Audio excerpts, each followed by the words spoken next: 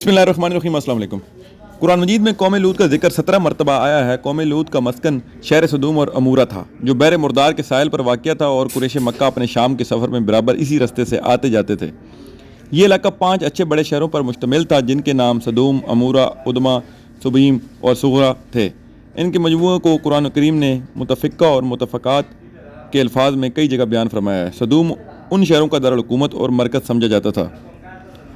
हज़रत लूत अलैहिस्सलाम उर्दन में बैर लूत के पास जहाँ सदूम और अमूरा की बस्तियाँ थीं, वहाँ आकर रैश पजीर हुए तो अल्लाह ताला ने उन्हें अहले सदूम की हिदायत के लिए नबी मबूस फरमाया।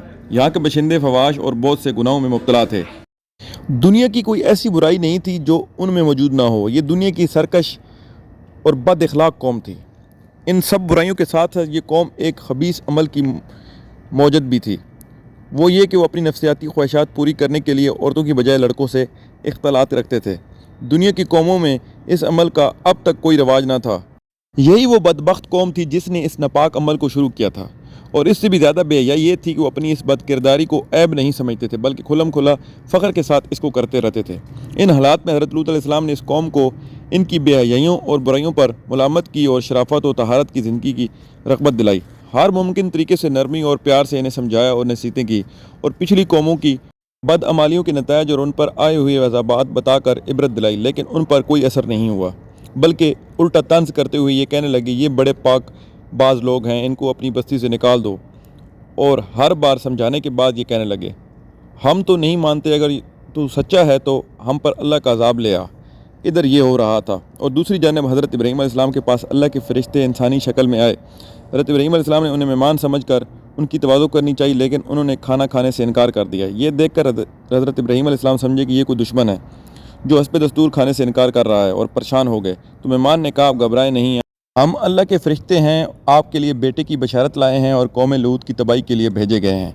इब्राहीम अलैहिस्सलाम ने फरमाया, तुम ऐसी कौम को हलाक करने जा रहे हो जिसमें लूत अलैहिस्सलाम जैसा खुदा का बरगज़ीदा नबी मौजूद है। उन्होंने कहा, हमें मालूम है, लेकिन अल्लाह का यही फ़ैसला है कि कौम लूत अपनी बेहयाई और फवाश पर इसरार की वजह से ज़रूर हलाक होगी, और लूत अलैहिस्सलाम इस अज़ाब से महफूज रहेंगे। सिवाय लूत अलैहिस्सलाम की बीवी के वो कौम की हमायत और उनकी बदअमालियों में शिरकत की वजह से अज़ाब में मुब्तला होगी। फ़रिश्ते हज़रत इब्राहीम अलैहिस्सलाम के पास से रवाना होकर सदूम पहुँचे और लूत अलैहिस्सलाम के यहाँ मेहमान हुए, और यहाँ ये फ़रिश्ते खूबसूरत और नौजवान लड़कों की शक्ल में थे। लूत अलैहिस्सलाम ने इनको देखा तो बहुत परेशान हुए कि अब ना जाने कौम इनके साथ क्या मामला करेगी।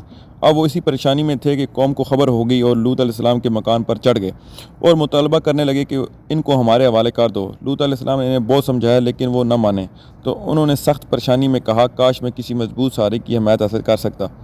फ़रिश्तों ने इनको परेशान देखकर कहा, आप घबराएं नहीं, हम इंसान नहीं बल्कि अल्लाह की तरफ से भेजे हुए फ़रिश्ते हैं, और इनके अज़ाब के लिए नाजिल हुए हैं। आप रातों रात अपने ख़ानदान समेत यहाँ से निकल जाएं। तो फ़रिश्तों के पैगाम के बाद लूत अलैहिस्सलाम अपने ख़ानदान समेत बस्ती से निकलकर सदूम से रुखसत हो गए, और उनकी बीवी उनकी रफ़ाकत से इनकार कर दिया और यहीं रह गई। जब रात का आखिरी पहर हुआ तो अज़ाब शुरू हो गया। सबसे पहले एक सख्त हैबतनाक चीख ने उनको तहबाला कर दिया, फिर उनकी आबादी को ऊपर उठाकर ज़मीन की तरफ उल्ट दिया गया, फिर ऊपर से पत्थरों की बारिश ने उनका नामो निशान मिटा दिया, और गुज़िश्ता कौमों की तरह ये भी अपनी सरकशी की वजह से अंजाम को पहुँची।